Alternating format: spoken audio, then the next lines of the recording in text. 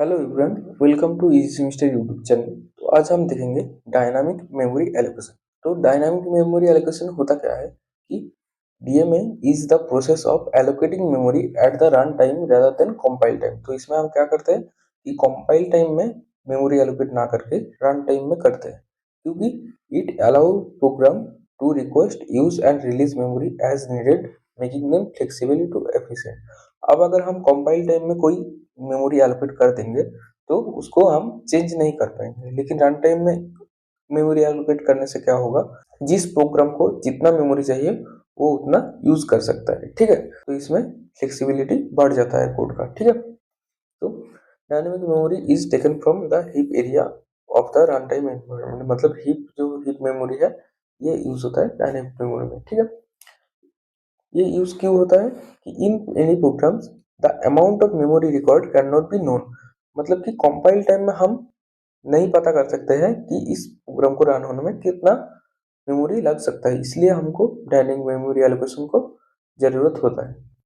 जैसे कि एक size of array depends on user input. User जितना इनपुट देगा उसके ऊपर डिपेंड करेगा एक एरे का size. Link list trees graph same है, यूजर इनपुट के ऊपर डिपेंड करता है इसका साइज।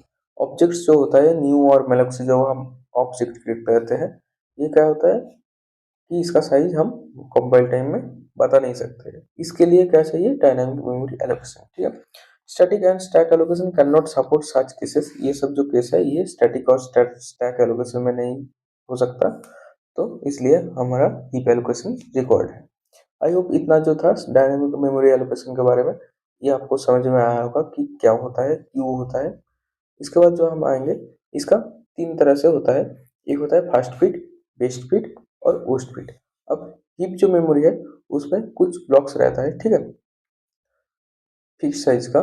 ठीक है, तो वहाँ पे क्या होता है, फास्ट फिट का मतलब है जो प्रोग्राम आएगा फास्ट जहाँ पे फिट होगा वहाँ पे एंट्री हो जाएगा। ठीक है, बेस्ट फिट में क्या होता है, जैसे कि मान लो ये 250 का, या फिर ये 200 का, ये 300 का, ये 400 का, चार ब्लॉक्स हैं हिप मेमोरी में। ठीक है, सपोज मान लो ये, फिर एक एक प्रोग्राम आता है, एक उसका साइज है 200 के बी। ठीक है, तो ये अगर फास्ट फिट होता तो कहाँ जाता, इसमें एलोकेट हो जाता। ठीक है, इसमें एलोकेट हो जाने से ये स्पेस ऑक्युपाई हो जाता और 50 के भी पड़ा रहता। ठीक है, लेकिन बेस्ट फिट में क्या होगा कि जिस ब्लॉक्स में ये बेस्ट फिट होगा, मतलब कि सबसे अच्छे से फिट होगा, जितना कम स्पेस बचा रहेगा उसमें फिट होगा। मतलब ये किस में फिट होता, अगर बेस्ट फिट यूज करते तो ये 200 में यूज करता, ताकि और 0 पे भी खाली रहता। ठीक है, ये समझ पाया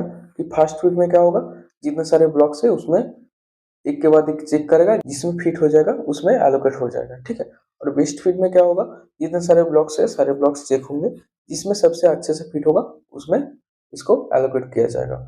और उस फिट में क्या होगा कि जितना बड़ा है, ठीक है, मतलब एलोकेट करने के बाद जितना ज्यादा स्पेस खाली रहेगा उसमें ये एलोकेट करेगा। मतलब अगर 200 का कोई प्रोसेस प्रोग्राम आता तो ये 400 में एलोकेट होता। ठीक है, तो फिर 200 के भी बचा रहता मेमोरी। ठीक है, इसमें एलोकेट होता। I hope first fit, best fit और वर्स्ट फिट आपको समझ में आ गया होगा। फर्स्ट फिट क्या कहता है, choose the first available block that is large enough. मतलब कि पहले जो है जिसमें फिट हो सकता है उसमें एलोकेट होगा।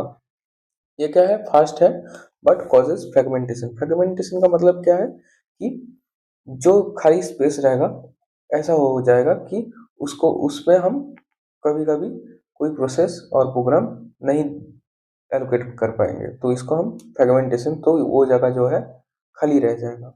ठीक है, बेस्ट फिट में क्या है था कि choose the smallest box that is sufficient. मतलब कि सबसे अच्छे से जिसमें फिट होगा, जिसमें सबसे कम स्पेस खाली रहेगा उसमें एलोकेट होगा। Save space but slower. Slower का मतलब क्या है, उसको सारा जो ब्लॉक्स है उसको सर्च करना पड़ेगा और देखना पड़ेगा कि किसमें सबसे अच्छे से फिट होता है। पोस्ट फिट क्या है, चूज द लार्जेस्ट ब्लॉक। मतलब सबसे ज्यादा जो है वो चूज करता है। Leaves large left over areas. मतलब इसमें क्या होता है कि ज्यादा स्पेस खाली रह जाता है। ठीक है, तो ये होता है first fit, best fit and worst fit. I hope dynamic memory allocation आपको समझ में आया होगा। इस वीडियो के लिए इतना ही था। Thank you.